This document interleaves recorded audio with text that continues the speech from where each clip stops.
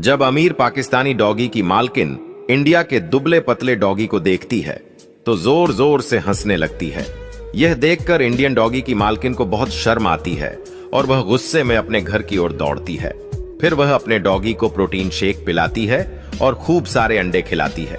फिर Indian doggy gym में जाकर ताकतवर शरीर बनाने के लिए भारी डंबल उठाने लगता है और रोज जमकर मेहनत करता है।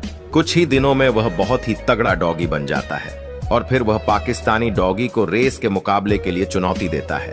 फिर दोनों डॉगी का जबरदस्त मुकाबला शुरू होता है, जिसमें कभी पाकिस्तानी डॉगी आगे भागता है और कभी इंडियन डॉगी आगे भागता है। यह देखकर पाकिस्तानी दर्शक कहते हैं हमारा डॉगी जीतेगा, लेकिन इंडियन फैंस जोर से नारे लगाते हैं हमारा डॉगी चैंपियन बनेगा। लेकिन दोनों ही एक साथ फिनिश लाइन को टच करते हैं तो रेस टाई हो जाता है।